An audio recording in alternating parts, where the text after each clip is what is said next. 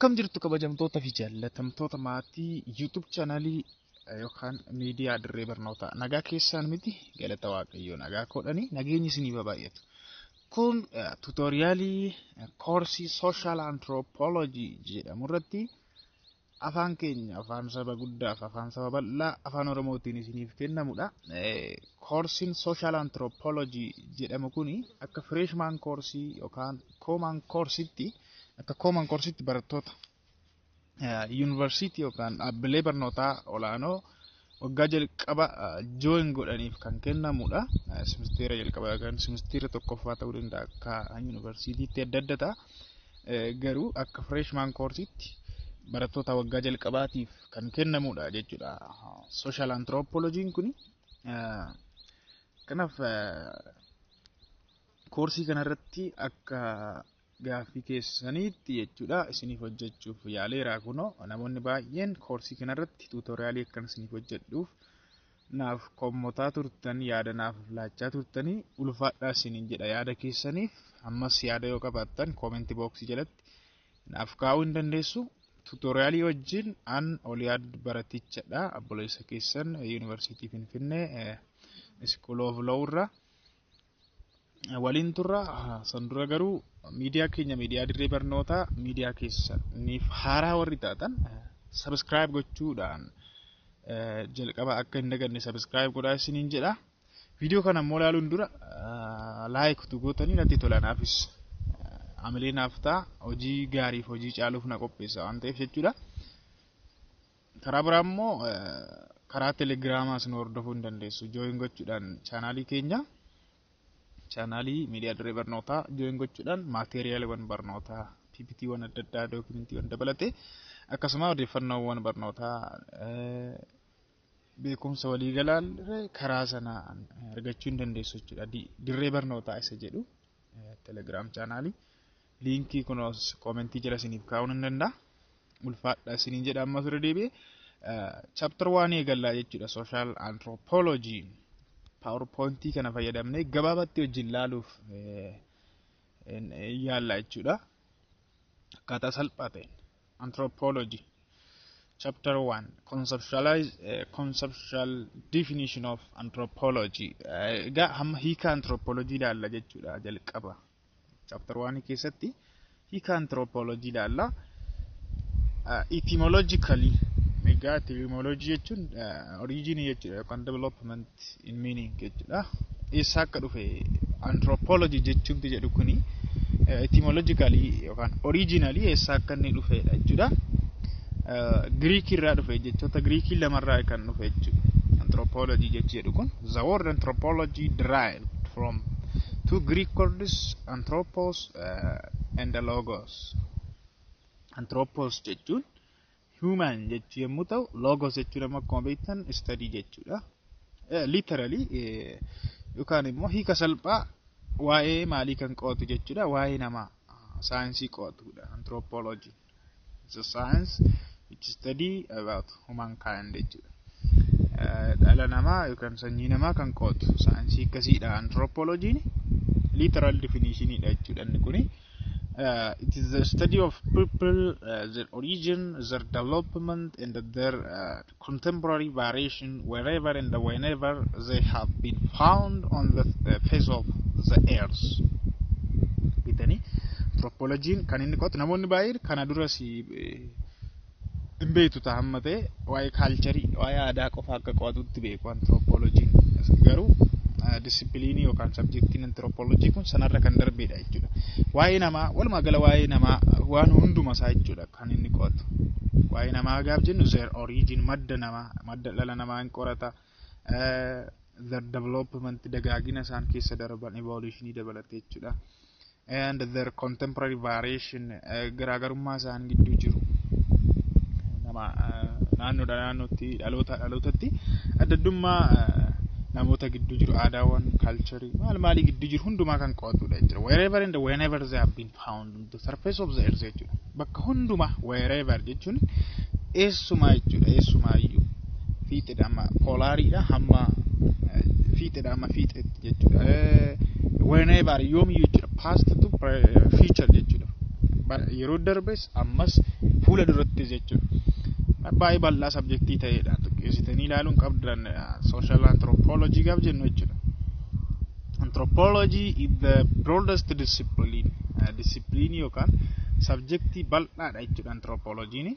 Because it concerned with all humans both the past, sababni isaas kan inni wal qabatu dhala namaa tigaa walumaa galatti kan darbe and present kan ammaa ka fuula duraallee jechuudha. Human behavior amala namaati kan qoota. Amala namaa yoo jennu kan darbes kan ammaas ka fuula duraas jechuudha. Thought system akkaataa yaada dhala namaa material possession qabeenyaa mul'atan qabeenyaa namaa beliefs amantii and lifestyle of people in the culture and other culture jechuudha. Akkaataa jireenyaa dhala namaa hundumaa kan qo'atudha anthropology jechuudha. Broadest discipline dha yookaan broadest subjectidha. Gosa barnoota baay'ee bal'aa ta'edha jechuudha. Baay'ee gaariidha. Also it is the study of humanity.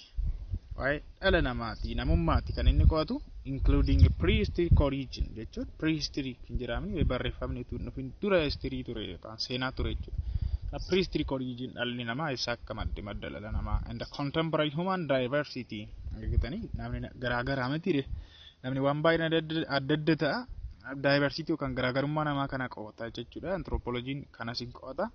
So it is the broadest and the holistic in scope than other social sciences disciplines like sociology, psychology, history and others. Argitanii scope isaatiin scope jechuun extent jechuudha. Bal'ina isaa jechuudha. Eessaa hamma eessaatti qo'annaan isaa kuni kan deemu. Jennee gaaf laallu broadestidha. Baay'ee bal'aadha. Holistic jechuun immoo hundumaa kan hammatu jechuudha. Hundumaa kan tuqu jechuudha. Iddoo hundumaa kan baay'ee bal'aa kan ta'e jechuudha. Discipline like sociology, psychology, history isaan caalaa maalidha jechuudha. Anthropology baay'ee bal'aadha jechuudha. Scope isaatiin baay'ee bal'aa kan ta'edha jechuudha. Baay'ee isaan kun social science dha miti. Sociology, psychology, history kan biraallee jiru. Isaan kun social science dha. Anthropology social science dha. Anthropology isaan caalaa baay'ee bal'aadha scope isaa jechuudha. So anthropology means reason about humans or the study or science of humankind or humanity. Kanaaf anthropology jechuun reason about humans waa'ee namaa maal gochuudha qo'achuudha yookaan yaaduudha or the study or science of humankind qo'annaa yookaan saayinsii dhala namaa yookaan namummaa. Social anthropology can be described as comparative sociology jechuun hin dandeenya. Social anthropology kana akkamitti ibsina? Comparative sociology jechuunis compare gochuudhaan jechuudha. Sociology waa'ee saayinsii waa'ee society qoratuudhaan miti. Anthropology akkuma kana ta'e compare gochuudhaan society tokko society biraa wajjin, which is the study of a vast range of human societies in order to develop the general theories about how society works. Society yookaan hawaasni akkamitti akka dalagu hubachuudhaaf jechuudha. Well, it tries to achieve an understanding of cultures. Kan inni amau attempt or try godhu maaliif jechuudha? Achieve an understanding of cultures. To achieve understanding of cultures jechuunis hubachuudhaaf jechuudha. Waa'ee aadaa hubannaa aadaa waa'ee aadaa hubachuuf waa'ee society waa'ee hawaasummaa hubachuuf humanity waa'ee namummaa hubachuuf karaa kam through the detailed study of community life from ground level supplemented by comparison. Karaa detail ta'een baay'ee gaaf qoratu karaa detail ta'een jechuudha. Keessumaa yeroo baay'ee ethnographiitti kan isaan fayyadaman hawaasa sana keessa taa'uudhaan detailii waa'ee hawaasa tokko qorata jechuudha. From ground level supplemented by comparison jechuunis jalaa qabee jechuudha. Wal dorgomsiisuudhaan jechuudha. Wal dorgomsiisuudhaan kan inni utubu qorannoo isaa yookaan supplement kan godhu. So the ultimate goal of anthropology is to develop an integrated picture of humankind to answer infinite numbers of question about all aspects of our existence under one umbrella. Argitan ultimate goal of anthropology. Kayo guddan, kayo olanan anthropology maalidha? To develop an integrated picture of humankind. Dhalli namaa maal akka fakkaatu bocee nutti argisiisaa jechuudha. Gaaffiiwwan akkamii deebisa? Gaaffii infinite ta'antu jira miti jechuun gaaffiilee dhuma hin qabnetu jira waa'ee amaloota namaa, waa'ee argama namaa kanarratti jechuudha. Kanaaf ambareellaa tokko jalatti dibaabee yookaan ambareellaa tokko jalatti nuuf deebisa jechuudha. Gaaffiiwwan kana hundumaa bakka tokkotti nuuf deebisa akka jechuuti. Baay'ee gaariidha. Anthropology primarily offers two kinds of insights or understanding. Anthropology insight lama nu dhiyeessa yookaan hubannoo jechuudha. Hubannaa yookaan ilaalcha iyyitaa akka jennu sana jira. Lamadha kan nu dhiyeessu. Ijoo kan ta'an isaanis produce knowledge about actual biological and cultural variation. Beekumsa akkamiiti kan inni nuuf kennu yookaan produce kan inni godhu beekumsa akkasii nuuf fida actual biological and cultural variation jechuun garaagarummaa biolojii fi garaagarummaa aadaa beekumsa akka nuti argannu nu gargaara jechuudha. Biological variation yookaan difference beektu sababii biolojiiti sababii uumamaatiin namni akkamitti akka garaagarate garaagarummaa aadaawwanii gidduu jirullee nu hubachiisa. Insight yookaan understanding lammaffaan inni nuuf kennu immoo in its knowledge production. It offers anthropological methods and theory to explore, to compare, to understand and solve societal problem. Anthropological method kan nuuf dhiyeessa jechuudha. Theory sababni isaas societal problemitu jira. Rakkinni hawaasummaa tokko jira. Rakkina sana akkamitti akka furu akkamitti hubanne jechuudha. Ammoo compare akka goonu jechuudha. Akka hubannu immoo explore akka goonu waa'ee theory tokko explore akka goonu method akkasiitti kan inni nuuf produce godhu jechuudha. In more specific terms, it is the science which karaa keessa gadi lilnee gaaf laallu social anthropology saayinsii akkamiiti gaaf jettanii investigates the strategies for living that are learned and shared by people as members of human social groups. That means culture. Then strategy investigate the strategies for living. Aadaa mini kana nu barsiisu that are learned and shared by people. Aadaan immoo hin baratama hin qooddama hawaasa gidduutti jechuudha. Miseensa hawaasaa tokko gidduutti hin qooddama. Investigate godha isaan kana jechuudha. Hin qorata. Social anthropology examines the characteristics that human beings share as members of one species. That means Homo sapiens, and the diverse ways that people live in different environments. Kanaaf amala namaa jechuudha. Amala namni Homo sapiens jedhamni modern human being dhalli namaa amma dachirra jiraachaa jiru kun Homo sapiens jedhamna. Kanaaf Homo sapiens kun amaloota akkamii akka isaan qaban and the diverse ways that people live in different environments. Namoonni immoo naannoo garaagaraa keessa miti kan jiraatan. Akkaataa jireenya isaanii namoota naannoo adda addaa keessa jiraatan akkaataa jireenya namoota isaanii nu hubachiisa jechuudha yookaan hubachuudhaaf examine gochuudhaaf qorachuudhaaf. Analyzes the products of social groups. Social grouping tokko wantoota adda addaatti kan inni produce godhu fakkeenya material objects kan jennu aadaan jiran miti akkasuma non material creations kan uumuu hin dandeenye jechuudha. Fakkeenyaaf amantaa, belief, non material isaan kuni. Material culture ammoo kan material object culture waan baay'ee of keessaa qaba. Isaan sanaan material object jennaan. Non material kan ta'an immoo yookaan ijaan kan hin mul'anne hin jiru.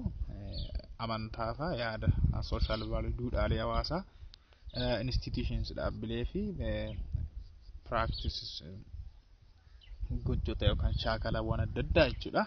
Aadaa, shaakala aadaa adda addaa of keessaa kan qabatudha. Isaan sun non material creation jennaan.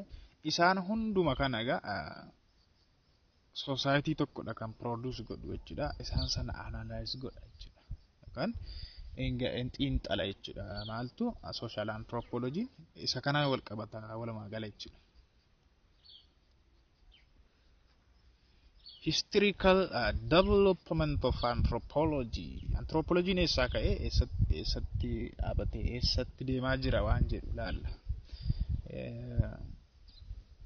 Guddina anthropology keessa darbe jechuudha. Anthropology is fairly recent field of study than other social sciences by the way. Social science biraar akkasuma akka psychology maal fa'aarra recent field anthropology. Yaanni isaa durumayyuu jira kabajamtoota hordoftoota keenya wanti isin hubachuu qabdan. Yaanni anthropology durumayyuu jira garuu akka qorannootti jechuudha. Akka field of studytti dhiyeenya kanadha kan inni jalqabe. Jaarraa meeqaffaa keessa? 20ffaa keessa. 19 keessa jechuudha. Its present shape was given during 20th century. Jaarraa 20ffaa keessa kan inni boca horate jechuudha akka disipiliinii tokkotti.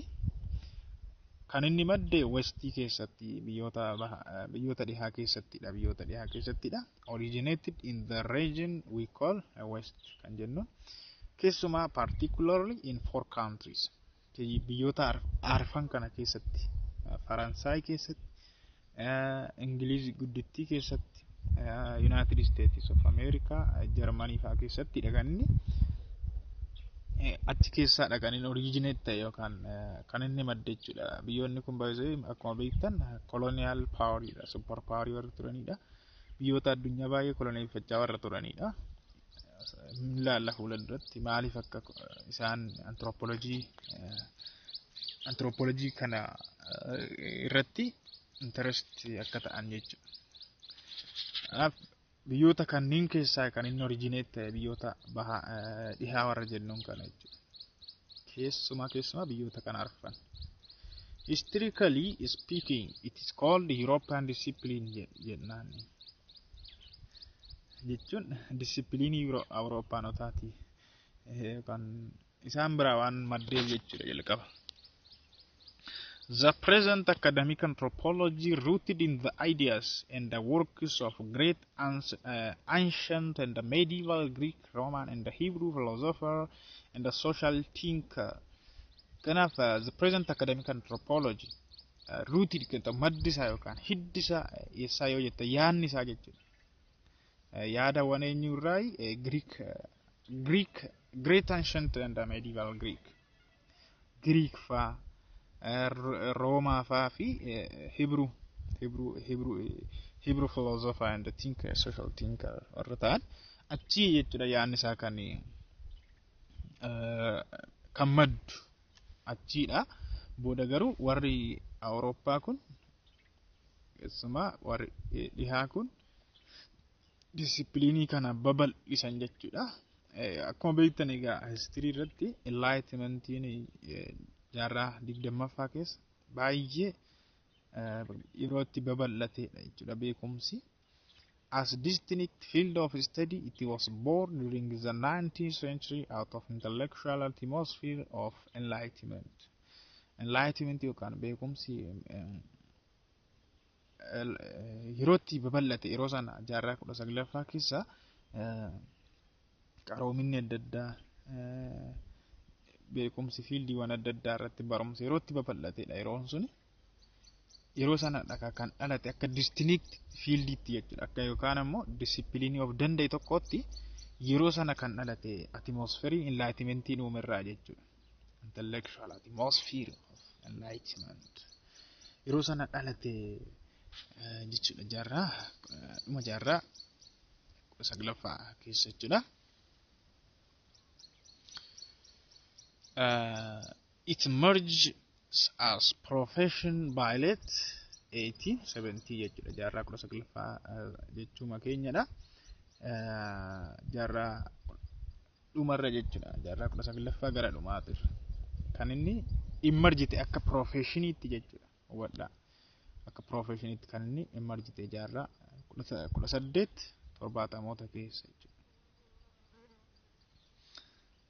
Baay'ee gaariidha.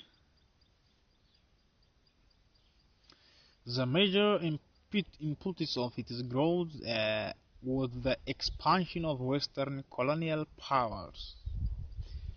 Akkuma isiniin jedhe akka inni guddatuuf inputiin jechuudha yookaan akka galteetti warri gargaaran warra Awurooppaa kanadha. Keessumaa colonial power warri ta'an jechuudha. Sababiin isaaniitiif kan guddate iyyuu fiildiin kun jechuudha. Fiildiin social anthropology kun sababii isaaniitiif kan guddate. Sababii isaan biyyoota baay'ee yeroo koloneeffatan biyyoota Afrikaas, Eeshiyaas hundumaa yeroo koloneeffatanii fiildii kana babal'isan achumaan jechuudha. Sababii maaliitiif? The reason was sababiin isaa armaan gaditti kan dhiyaatudha. The colonial powers desired to better understand the people living under colonial dominations. Iddoo koloneeffatan sanatti namoota isaan jalatti bulan sana sirritti beekuu qabu. Aadaa isaanii beekuu qabu. Afaan isaanii qorachuu qabu. Akkamitti akka bulchaniif akka itti toluuf jechuudha. Bulchuudhaaf akka itti toluuf waa'ee hawaasa sanaa fakkeenyaaf Afrikaa yoo ta'e qorachuu qabu jechuudha. Sababii kanaaf jechuudha. Koloniidhaaf akka itti toluuf. There was no other field of study from social sciences than anthropology to study closely the colonized people and their culture. Social science in Brian turre yeroo sana anthropology irraa kan hafe jechuudha. Maaliif namoota koloneeffataman sana aadaa isaanii dabalate karaan ittiin qoratan hin jiru karaan biraa jechuudha. Karaa anthropology irraa kan hafe karaan biraa ittiin namoota sana qoratan hin turre jechuudha. Namoota sana qorachuun ammoo maaliif akka barbaachisu isinitti meera. Aadaa isaanii qorachuun, afaan isaanii qorachuun, amantaa isaanii bulchuudhaaf akka itti toluuf bituuf dominate gochuuf akka itti toluuf jechuudha. Kanaaf yeroo sana anthropologistoonni yeroo sana maal jedhamuu danda'u? Colonial facilitators jechuunis koloniidhaaf bittaa koloniitiif warra haala mijeessan jedhamuu hin danda'u jechuudha. Sababni isaas disipiliinii yookaan fiildii kana kan isaan itti gargaaraman koloniidhaaf haala mijeessuuf malee akka barumsaatti yaadaniiti miti jechuudha. Dhalli namaa social anthropology barachuu qaban yaadanii namaaf yaadanii tun taane just colonial domination isaaniitiif akka itti toluuf ummata sana gaqqabanii bulchuudhaaf akka itti toluudhaaf jechuudha. Kan isaan qorannoo gaggeessan waa'ee ummata sana malee ummata anaanii miti. Well, early or Western anthropologists mainly studied small communities. Egaa Western anthropologistoonni kun anthropologistoonni dhihaa kun jechuudha. Kan isaan qoratan mainly jechuudha. Akka ijootti kan isaan qoratanii small community hawaasa xiqqoo. Maaliif yoo bal'isanii tarii yoo hawaasa bal'aa qoratan rakkoo addaatu jira rakkisaadha jechuudha. Who were technologically simple society warra ta'an. Hawaasa salphaa warra ta'anidha. Yeroo sana isaan kan isaan qoratan jechuudha. These people were often called by different name. Maqaa adda addaatiin waamu. Traditional sifaa jedhuun warra aadaa traditional people warra ummata aadaadhaan akkasumatti bulu. Non-industrialized or simple jechuudha. Jechuunis hawaasa hin qaroomne, hawaasa industiriidhaan hin guddanne, primitives or backward faa jedhuun jechuunis warra duubatti hafe faa akkasittiin waamu jechuudha. The cultural and social features of Western world were well studied and documented by Western anthropologists. This is called ethnography. Non-Western warri jennuun kun biyyoota koloneeffatamaa turan fa'a biyyoota Afrikaa, Eeshiyaa keessaa biyyoota muraasa, Laatiin Ameerikaa keessaa fa'a biyyoota koloneeffamaa turan yookaan kolonii jalatti bulan jechuudha. Aadaan isaanii, social featurein isaanii jechuun bakka jedhame hawaasummaan isaanii baay'een isaa kan qoratame eenyuuni gaaf jettanii Western anthropologistootaani jechuudha. Anthropologistoota dhihaatiin kan isaan qorataman. Sinitti meera sababa isaa warra Awurooppaa kanatu isaan qorate dookimentii godhee galmeessee teessise jechuudha. Kun immoo kan jedhamu ethnography jedhama. Ethnography jechuun well studied jechuudha. Detailii sirriitti kan qoratame dookimentii ta'e ethnography. Ethnography ni maalidha? Is the detailed study dha. Gadi fageenyaan waa'ee maalii qorachuudha? Study or description of particular social culture or group jechuun particular social culture jedhamuudha. Waa'ee aadaa yookaan hawaasa tokko hawaasa daangaa murtaa'aa tokko gad fageessine gaaf qorannu ethnography jedhama. Ethnographiist jechuunis nama akkasiiti. Karaa kam qorata namni kuni keessa taa'eefa jechuunis fakkeenyaaf waa'ee hawaasa Arsii qorachuu barbaade, waa'ee hawaasa Salaalee qorachuu barbaade just keessa jiraachuudhaan jechuudha. Naannoo sana jiraachuudhaan itti dhiyaate qorachuudhaan jechuudha. Detailii gad fageessee yommuu qoratu ethnographiist jedhama. Namni akkasii sun ethnographiinis study yookaan qorannoo akkasiiti jechuudha. Ethnologiin ammoo maalidha? Aadaawwan baay'ee wal dorgomsiisuudhaan qorachuudha. Ethnology jechuunis waa'ee ethnikii baay'ee jira miti biyya tokkos ethnikii baay'een jiraachuu danda'a. Ethnikiiwwan sun yookaan hawaasni sun qomoon suni sabni suni aadaa adda addaatti kan isaan qabani compare and contrast godhan yeroo qorannu ethnology jennaan is comparative understanding and the analysis of different social group across time and space based on the written material by different ethnographers. By the way akka input itti kan isaan gargaraman ethnographer yoo ta'e jechuudha. Ethnographiin sababni isaas ethnographerri social group yookaan culture tokko particular kan ta'edha tokko kan qoratu kanaaf ethnographoonni hin galmeeffatu jechuudha. Detail hin galmeeffatu waa'ee social group sana. Fakkeenyaaf waa'ee social group ummata Arsii haa jennu. Ummata Arsii qoratanii galmeeffatanii lafa kaa'anii ummata Salaalees immoo ummata Wallaggaas kan Shawaas hundumaa qoratanii lafa kaa'anii jennu ethnographoonni jechuudha. Ethnologistoonni ammoo kan isaan qoratanii lafa kaa'an sana walitti fiduudhaan jechuudha. Akka inputiitti akka galteetti gargaaramuudhaan wal dorgomsiisanii compare and contrast godhanii hubachuudhaaf yaalu jechuudha. Garaagarummaa isaan gidduu jiru, tokkummaa isaan gidduu jiru maali social group sana gidduu. By the social group kan ethnography kan jedhu ummata Arsii ummata Salaalee gaafsanii jedhu isaan kun tokkummaadha Oromoodha hundu. Addanuun qoodde kan jenne fakkeenyaaf haa jennu kan ummata Dabuubii fi kan ummata Oromoo faachuu dandeessu sin fakkeenya biraa fudhadhaa ishiin itti naalina. In Ethiopia, professional anthropologists have been studying culture and society on a more intensive level only since the late 1950s. The initial emphasis was on ethnography. Ethiopia keessatti 1950moota keessadha. Isa yudhuma 1950moota keessadha. Professional anthropologistoonni kan isaan ka'an jechuudha. San dura sirriitti hin qoratamne jechuudha. Social anthropology ni babal'anne san dura sirriitti kan professionally jechuudha. Karaa professional ta'e kan isaan qoratan 1950moota keessa jechuudha. Aadaa fi waa'ee society in more on a more intensive level jechuun sirriitti fageenyaan jechuudha. Initial emphasis xiyyeeffannoon jalqaba maal irratti ture? Ethnography irratti ture. Ethnography jechuun akkuma isin jedhu hawaasa tokko keessa jiraachuudhaan aadaa isaa, afaan isaa, maalii isaa qorachuu jechuudha.